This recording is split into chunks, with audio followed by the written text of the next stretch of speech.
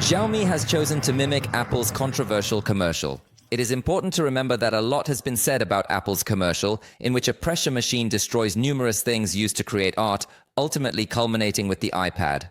It was a commercial that LG had already released many years ago, and now Xiaomi has decided to imitate it, specifically in India, where they are about to introduce a new device from the 105th series.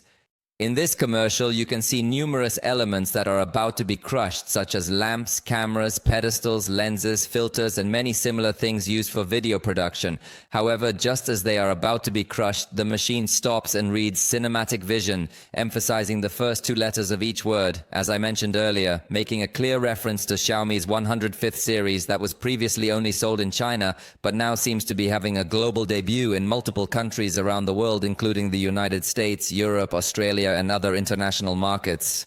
Specifically in India, it is said that the Xiaomi 105th Pro will make its global debut under a different name, specifically rumored to be the Xiaomi 14 105th.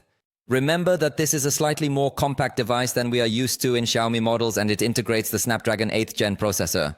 In the photography department, it has a 50-megapixel main camera, a 50-megapixel telephoto camera, and a 12-megapixel ultra-wide camera. It lacks any standout features for video recording, so it's curious that Xiaomi decided to create this commercial without anything overly remarkable to showcase. It seems like Xiaomi's entire marketing team is acting a bit strange. Remember that yesterday they compared the Poco F Pro to the Galaxy S Plus, making a very odd decision that sparked a lot of controversy, but in the end they are getting a lot of publicity.